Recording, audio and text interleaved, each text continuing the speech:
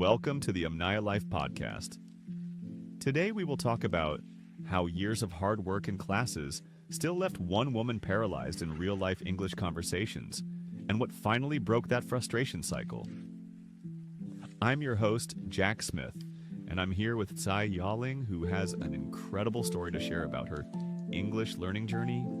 Yaling, thanks so much for being here today. Thank you, Jack. I've wanted to talk about this for a long time. I know many people study hard but still freeze when it's time to actually use English. I hope my story can make them feel less alone. I want to start with a tough question. Why is it that so many people in Taiwan invest years and huge energy into English endless classes, cram schools, certifications, and yet, when a real conversation happens, something totally different kicks in? I've sat with learners who read novels in English, but at the coffee shop, just ordering a drink in English can make them go silent. Why do you think that happens? Jack, that was me. Totally. I always got good grades. My parents spent so much on extra classes. My teachers even praised my essays. But the moment I had to speak, like literally open my mouth in front of a foreigner, I'd freeze. My mind would just go blank. All the vocabulary, rules, everything vanished. I see that same pattern everywhere. It's not about laziness, it's almost the opposite. The harder you try to memorize everything, the more pressure and frustration you build up until you finally break. Yes, and the more I failed to speak, the more I doubted myself.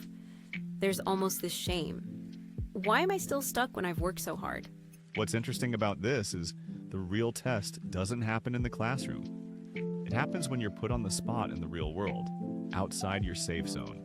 I wish someone had explained that to me years ago. It would have changed everything about how I learned English. That's what we're diving into today.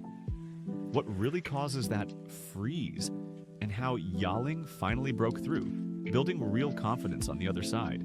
If someone listening is frustrated by this cycle, I hope my story gives them hope that it's possible to change.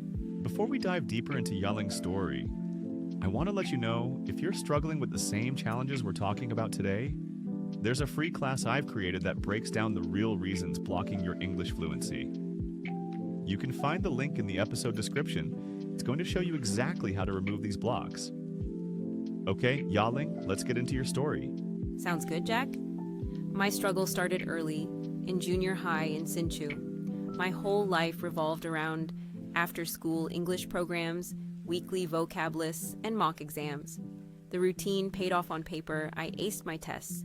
But my first wake-up call came in college.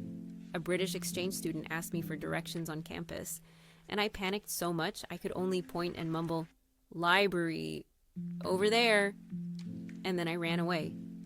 It felt humiliating. That's something I hear all the time, the textbook success, real-world silence problem. The training prepares you for written tests, but speaking is a whole different muscle. Exactly. For years, I blamed myself. I thought, maybe I just didn't study enough. So I doubled down, joined conversation clubs, watched TV shows, did more grammar drills, signed up for expensive online courses. But whenever I tried to talk to a foreigner, it was like my voice just disappeared. That cycle is brutal because more effort doesn't always equal more confidence. The more you struggle, the more pressure you put on yourself. It's exhausting. My friends started looking so natural, but every conversation for me was like jumping into freezing water. I could literally feel my heart race and my face go numb. That physical sensation, your brain goes into fight or flight, not fluency mode. It's not your knowledge that shuts down, but your nervous system. Yes, and it built up shame too. I think, why can't I be like everyone else? Is something wrong with me? Underneath, it's not about skill.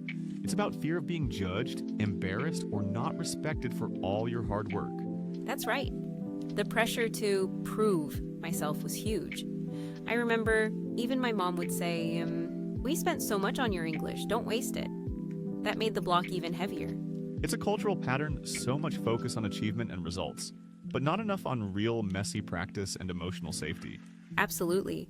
The breakthrough didn't happen until I was forced into a real conversation I couldn't run from. Tell us about that catalyst. I started a new job at a tech company in Taipei. One day, our American partner showed up. My boss wasn't in yet, and I was the only one available. He turned to me and just said, "Hey, could you help me set up the projector?" I panicked. My hands were shaking, and my brain screamed, "You'll mess up!" But because everyone was watching, I had to try. That's the make or break moment. When you can't hide, your old habits come up, but you're forced to act anyway. Yeah, and I stumbled over my word said plug instead of cable, mixed up tenses, but somehow he understood. He even laughed with me when I fumbled. We figured it out together. Afterward, I felt so much lighter. I realized nothing terrible happened. That's so huge. Once you experience failure and survive, your brain realizes the risk has been exaggerated all along. It changed everything. That tiny moment showed me I didn't need to be perfect to communicate, and the real world isn't waiting to judge me for mistakes. That's the core insight. The goal is real connection, not a perfect performance. After that, I started saying yes to little English tasks, writing short emails, asking foreigners about lunch spots. Every time, the anxiety shrank a little more. Stepping out of the safety zone, even in small ways, teaches your nervous system to calm down.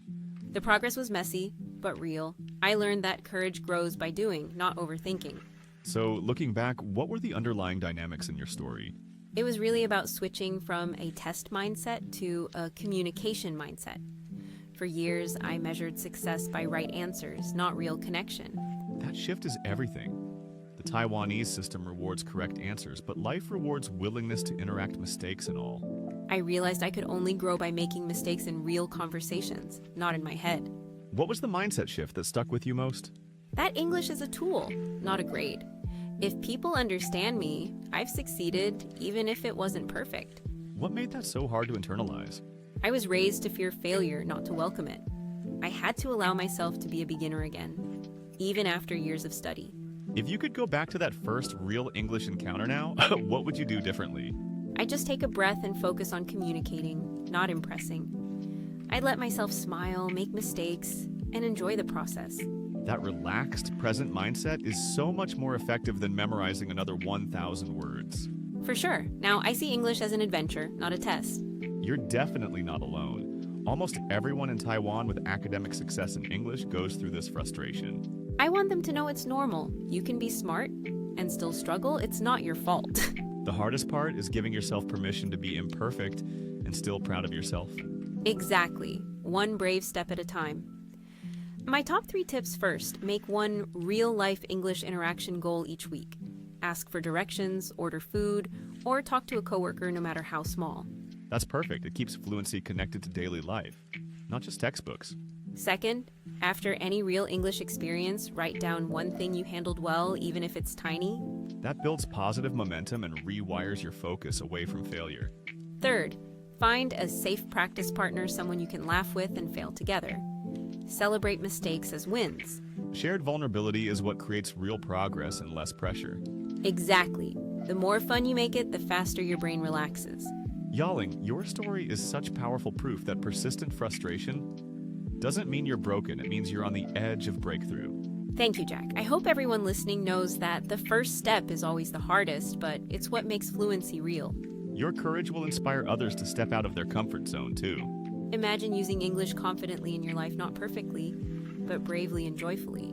That's what's truly possible for everyone, no matter how long they've been stuck. Start now, one real conversation at a time.雅伶, thank you so much for being here today and sharing your story with us. I know our listeners are going to find so much value in what you've shared.